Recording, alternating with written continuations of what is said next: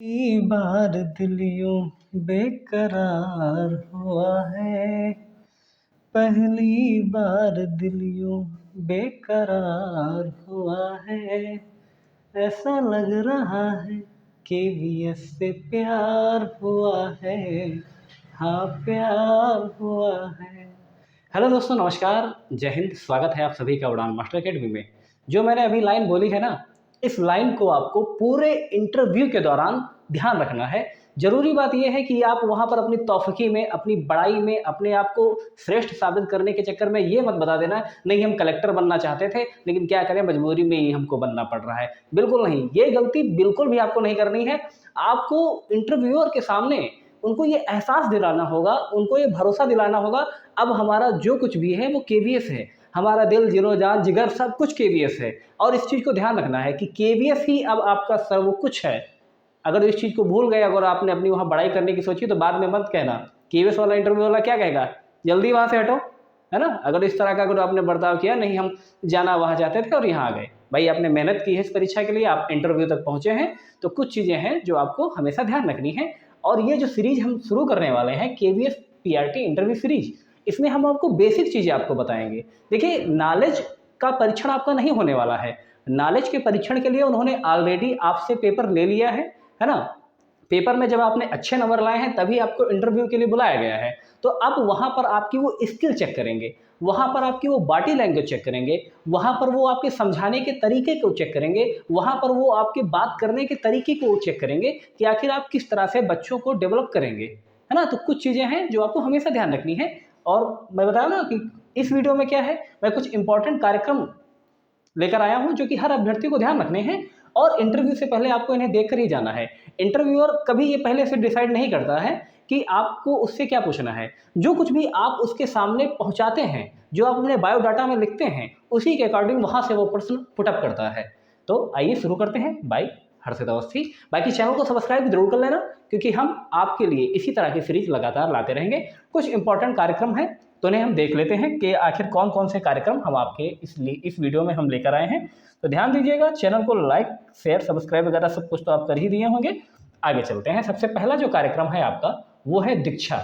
ठीक है, ये बहुत ही इंपॉर्टेंट कार्यक्रम है आपके लिए। आपकी परीक्षा के दृष्टिकोण से ये वेरी वेरी इंपॉर्टेंट मैं बोलूँ तो बहुत जरूरी है ये दीक्षा कार्यक्रम।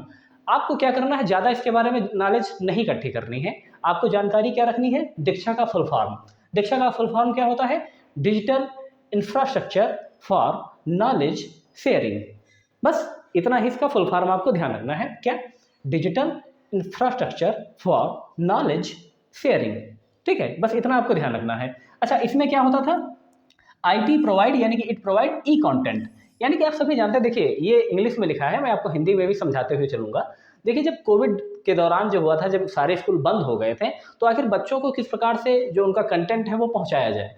तो कहते हैं ना कि जैसे आप सभी पीडीएफ के माध्यम से पढ़ते हैं, तो उसी समय कोविड के दौरान भी कंटेंट प्रोवाइड कराया जाता था डायरेक्ट बच्चों को, या बच्चे जैसे मान लो उनके पास फोन नहीं था तो पेरेंट्स को, कि आप बच्चों को ये पहुंचाइए, बच्चों को ये पढ़ाइए, बच्चों को ये समझाइए। ठीक है, यहाँ पर आप देखिएगा, इनिशिएटिव ऑफ जीओआई यानी कि government of India and NCERT, यानी कि एनसीईआरटी और गवर्नमेंट ऑफ इंडिया के दौरान इसे खोज में लाया गया था ड्यूरिंग कोविड इंटरसेक्शन, यानी कि कोविड के दौरान of students, teacher and parents, यानी कि बच्चों के लिए, टीचर्स के लिए और पेरेंट्स के लिए ये कार्यक्रम लाया गया था। तो दीक्षा के बारे में आपको सिर्फ इतनी ही नॉलेज रखनी है, ज़्यादा आपको ज्ञानी वहाँ पर नहीं बनना है। जितनी चीज़ें हैं, बस जितना वो पूछें उतना ही आपको बता देना है। हाँ, मैं फिर कह रहा हूँ कि इंटरव्यू जो कुछ भी क्वेश्चन पूछता है, वो आपके जो बयान होते हैं, आप जो वहाँ पर लिखते हैं, या कुछ जो शब्द आप वहाँ पर बोलते हैं, वहीं से क्वेश्चन पुटअप करता है। तो आप इंटरव्यू का ध्यान जरा इस पर जरूर लाइएगा, क्योंकि ये केवीएस के जो कार्यक्रम है, ये बहुत ही हेडलाइन कार्यक्रम है। तो इनके बारे में जब आप बताएंगे कि दीक्षा कार्यक्रम इज ए मोस्ट इंपॉर्टेंट, जो कोविड दौरान था, थोड़ा बहुत एक लाइन बोल देंगे तो बोलेंगे हाँ दीक्षा बताइए। अगर सफल के बारे में आप बोल देंगे तो सब कुछ हम आपको इस वीडियो में बताएंगे। तो अभी आपका दीक्षा हो गया, फुल फॉर्म हो गया, ई कंटेंट इसमें मिलता था, और ये स्पेशली किसके लिए था, स्टूडेंट, टीचर और पेरेंट के लिए। आगे चलते हैं, अगले कार्यक्रम पे चलते हैं। अगला कार्यक्रम जो हमारा मोस्ट इंपॉर्टेंट है वो है बाला। बाला, कौन सा बाला, शैतान का साला वाला नहीं, बाला नहीं, ये बाला है। इसको थोड़ा ध्यान दीजिएगा कि आप अक्षय कुमार पे पहुंच जाए, बाला बाला करने लगे, है ना। आपको ध्यान क्या रखना है, बाला का फुल फॉर्म क्या है, तो बिल्डिंग एज लर्निंग एड, ठीक है, ये बाला का फुल फॉर्म है, ध्यान रखना इसको, मोस्ट इंपॉर्टेंट है। बाला का फुल फॉर्म क्या है? बिल्डिंग एज लर्निंग एड, ठीक है, बाला, इसका फुल फॉर्म क्या है? BALA. BALA is an innovative concept towards qualitative, यानी कि क्वालिटी, यानी कि किस प्रकार से हम जो बच्चों की जो शिक्षा उसको प्रदान कर रहे हैं उसमें हम क्वालिटी किस प्रकार से लाएं, गुणवत्ता किस प्रकार से लाएं। आगे देखते हैं, improvement in education through developing child friendly learning and fun based physical environment building in school infrastructure, यानी कि इसमें क्या है कि हमें इम्प्रूवमेंट करना है शिक्षा में इम्प्रूवमेंट करने के लिए किसके जरिए? डेवलपिंग चाइल्ड फ्रेंडली, हमें क्या करना है? बच्चों के साथ एक मित्रवत व्यवहार करना है। जैसा कि आप फ्रेंडली व्यवहार करते हैं तो हमें बच्चों के साथ क्या करना है? मित्रवत व्यवहार करना है।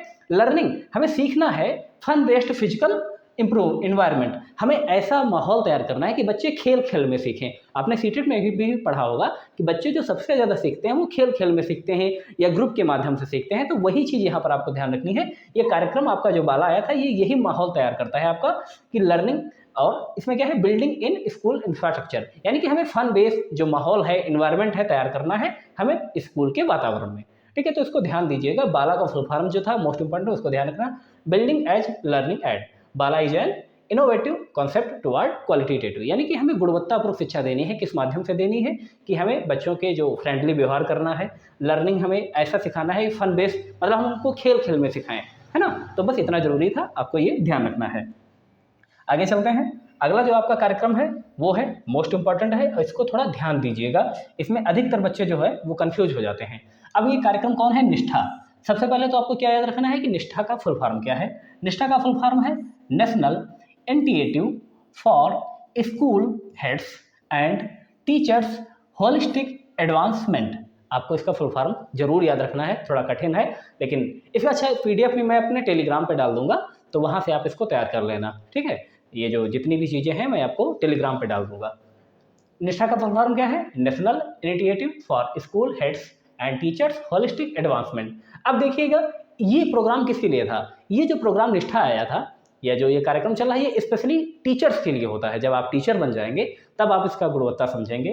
कैसे समझेंगे? देखिएगा, capacity building teacher training program, ये जो प्रोग्राम है ना, ये जो टीचर्स है, टीचर्स को ट्रेनिंग दिया जाता है कैपेसिटी, उनकी क्षमता को इम्प्रूव करने के लिए। अब एक चीज़ और है कि निष्ठा जो कार्यक्रम है वो 3 चरणों में आया था, इसको आपको ध्यान रखना है। चरण जो है इसके मोस्ट इंपॉर्टेंट है। मान लिया इंटरव्यूअर आपसे पूछ ले कि निष्ठा 2.0 जो था वो किस क्लास के लिए था, तो आपको ध्यान होना चाहिए कि ये 6 से 12 के लिए है। तो सबसे पहला जो प्रोग्राम आया था निष्ठा, ये था आपका 1 से 5 के लिए, ठीक है। ये जो सबसे पहला प्रोग्राम निष्ठा का आया था वो 1 से 5 के लिए था। दूसरा जो निष्ठा 2.0 था ये 6 से 12 के लिए था। लेकिन जो तीसरा निष्ठा प्रोग्राम था वो था 3.0 जो था वो प्री प्राइमरी के लिए था। इसको आपको ध्यान रखना है, मोस्ट इंपॉर्टेंट चीज़ है, यहाँ पे गलती मत कर देना मेरे मित्रों। निष्ठा, केवल निष्ठा जो प्रोग्राम था वो 1 से 5 के लिए, निष्ठा 2.0 जो था वो 6 से 12 के लिए था, और जो निष्ठा 3.0 है जो प्री प्राइमरी के लिए है, जो प्राइमरी से भी पहले, जैसे कि आप सभी जानते हैं इसमें बाल वाटिका स्कूल जो हैं बनाए जा रहे हैं केवीएस के द्वारा। और आप ये भी जानते हैं कि कोई भी नया प्रयोग होता है, जैसे एनईपी था, न्यू एजुकेशन पॉलिसी थी, तो उसको सबसे पहले जो अप्लाई किया गया वो केवीएस के स्कूलों में किया जाता है। आपको जो होंगे जब आप टीचर्स बन जाएंगे तो आप वहाँ पर देखेंगे हर महीने आपको एक टास्क दिया जाएगा, आपकी ट्रेनिंग होगी कि कैसे आप अपनी जो स्किल क्षमता है उसे और अच्छा करेंगे, बच्चों को कैसे आप अच्छा पूर्वक जो उसे समझा पाएंगे। तो यही एक है, निष्ठा भी उसी में से एक शामिल है। इसका मेन काम क्या है? कैपेसिटी, यानी कि जो क्षमता है हमारी जो टीचर्स की है, क्षमता को इम्प्रूव करना, किसके? टीचर ट्रेनिंग प्रोग्राम, यानी कि हमें ऐसी ट्रेनिंग देनी है, ठीक है, जो कि टीचर की क्षमता को इम्प्रूव करे, ठीक है, उसकी क्षमता को बढ़ाए। तो निष्ठा था, और इनके जो 3 चरण हैं इनको आपको ध्यान रखना है, मोस्ट इंपॉर्टेंट है। निष्ठा, केवल निष्ठा, सिंगल निष्ठा क्या है? 1 to 5, निष्ठा 2.0 6 to 12, और निष्ठा 3.0 प्री प्राइमरी के लिए। फुल फॉर्म क्या है? National initiative for school heads and teachers holistic advancement, आपको ध्यान रखना है। अब जो है अंतिम है ये आज का वीडियो का, तो हम इसी तरह के वीडियोस लाते रहेंगे, और बस यही है कि आपका जितना हमें सपोर्ट मिलता रहेगा, यानी कि आप लोग जितना इसको शेयर करेंगे, है ना, जितना लाइक करेंगे, कमेंट करेंगे प्यारा सा, हम वैसा ही और आपके लिए इम्प्रूवमेंट लाते रहेंगे, और भी प्रोग्राम बेसिक चीज़ें हम आपको बताते रहेंगे। अंतिम जो प्रोग्राम है आपका जो इसके आज के वीडियो का है वो है सफल, ठीक है। सफल का फुल फॉर्म क्या है? Structured assessment for analysing learning, ध्यान रखना है इसका फुल फॉर्म क्या है इसका? Structured assessment for analysing learning. अच्छा, ये जो कार्यक्रम था सफल, इसको किसके द्वारा इंस्टीट्यूट किया गया था? ये सीबीएसई के द्वारा इंट्रोड्यूस किया गया। ठीक है, सीबीएसई के द्वारा इंट्रोड्यूस किया गया है ना। और ये जो था, अच्छा एक चीज़ और पूछा जाता है, सफल जो कार्यक्रम है ये किस क्लास के लिए स्पेशली रहता है? तो आपको ये भी ध्यान रखना है कि अगर मान लें पूछ ले इंटरव्यूअर, भाई आप 1 से 5 के लिए टीचर बनने जा रहे हैं, तो आपको ध्यान रखना है कि जो सफल कार्यक्रम है ये स्पेशली किस क्लास के लिए है? तो क्लास, इसकी जो स्पेशली क्लास है वो कौन कौन सी क्लास है? Class 3, class 5, class 8। इसमें क्या होता है कि कम से कम हमें जानकारी तो होनी चाहिए कि कक्षा 3 के बच्चे को जो मानक रखे गए हैं कि वो उस मानक पे खरा उतर रहा है कि नहीं उतर रहा है। यानी कि आप देखेंगे जब आप वहाँ पर जाएँगे तो वहाँ पर एक मानक होता है कि कक्षा 1 के बच्चे को इतना नॉलेज होना चाहिए, कक्षा 2 के बच्चे को इतना नॉलेज होने चाहिए, इतने वर्ड से 1 मिनट में बोल लेने चाहिए, इतनी गुणा उसको हो जानी चाहिए। तो ये जो प्रोग्राम था सफल, ये कक्षा 3 के बच्चों को एनालिसिस करता है, कक्षा 5 के बच्चों को एनालिसिस करता है, कक्षा 8 के बच्चों को एनालिसिस करता है कि कक्षा 3 में वो किस प्रकार से कितना उसे नॉलेज मानक रखा गया है और कितना वहाँ पर वो खरा उतर रहा है, कक्षा 5 में कितना मानक है और कितना उसे वो अचीव कर रहा है, और कक्षा 8 में जो मानक है हमारा क्या उसे अचीव कर पा रहा है, नहीं कर पा रहा है। Basic learning outcome competency based assessment, यानी कि हम जो शिक्षा दे रहे हैं उसका रिजल्ट हमको क्या मिल रहा है, आउटकम हमारा क्या निकल रहा है, जो बेसिक चीज़ें हैं, जो बेसिक सीखने वाली चीज़ें हैं, उनका आउटकम क्या निकल रहा है, उसका परिणाम क्या निकल रहा है, ये जो हमें जानकारी प्रदान करता है वो हमें कार्यक्रम जो है वो सफल प्रदान करता है। ठीक है, तो आई थिंक आपको जितने भी डाउट होंगे इससे संबंधित, आपको ज़्यादा नॉलेज नहीं इकट्ठी करनी है। ज़्यादा नॉलेज कहते हैं ना कि बहुत ख़राब होता है, जितना ज़रूरी है उतना आपके लिए ज़रूरी है, वो हम आपको प्रोवाइड करते रहेंगे। और इंटरव्यू के सामने कभी भी अपने आप को बहुत ही महान बताने की कोशिश मत करना, जितना वो पूछे उतना बताना। ठीक है, ये नहीं कि वो पूछे कुछ और आप बताने लगे कुछ और। जो आपको नहीं आता है आप तुरंत बोल दिए कि सॉरी मुझे नहीं आता। ठीक है, बस ये था, सफल प्रोग्राम आपका हो गया। ठीक है, और जो आपको ध्यान रखना है, सफल ध्यान रखना है।